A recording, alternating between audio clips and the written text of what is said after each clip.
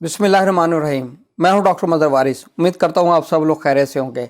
अल्लाह ताला आप तमाम लोगों की ज़िंदगी में बरकतें और आसानी अता फरमाए।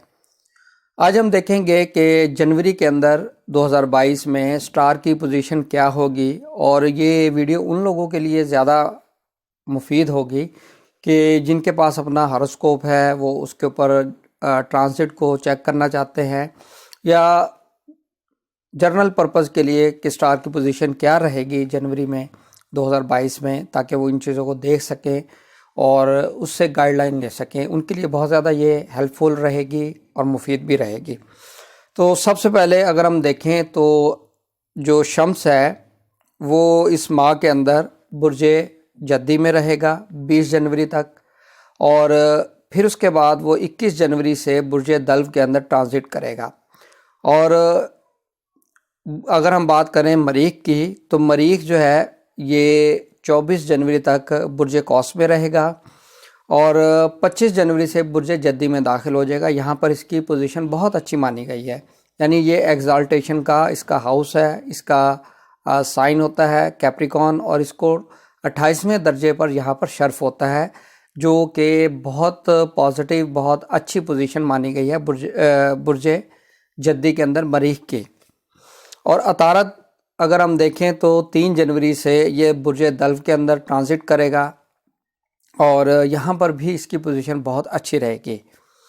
और जुपिटर की बात करें तो जुपिटर जो बुर्ज हौत के अंदर, जिसे मुश्तरी कहा जाता है प्लैनेट, ये 1 से लेकर 6 दर्जे चलेगा पूरे इस माह के अंदर। बुर्ज हौत के अंदर जो प्लैनेट मुश्तरी है ये 1 था 6 दर्जा ये यहाँ पर ट्रैवल करेगा। और अगर हम देखें तो ज़ोहरा जो है ये बुर्ज जद्दी के अंदर होगा, लेकिन यहाँ पर ये रेट्रोग्रेशन की पोजीशन में होगा, यानी हालत रज्जा जिसे कहा जाता है। कोई अच्छी पोजीशन नहीं है, वीक पोजीशन है। और राहु और केतु की बात करें तो 18 जनवरी से ये दोनों ट्रांजिट कर रहे हैं। राहु बुर्ज सौर में ट्रांजिट कर रहा है और केतु बुर्ज अकरब के अंदर ट्रांजिट कर रहा है।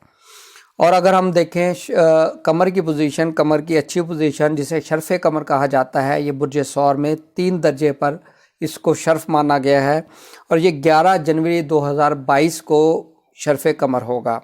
और अगर मून इन स्कॉर्पियो जिसे कमर दर अकरब कहा जाता है, और कमर की इंतहाई ख़राब पोजीशन, कमज़ोर पोजीशन मानी गई है, ये 26 ता 28 जनवरी 2021 में होगी। तो इस हवाले से इसके अंदर कोई भी अच्छा काम, उसकी बुनियाद रखना, शादी, निकाह, मंगनी, निस्बत, कारोबार शुरू करना, कोई प्रोजेक्ट साइन करना, ये अच्छा माना नहीं गया है।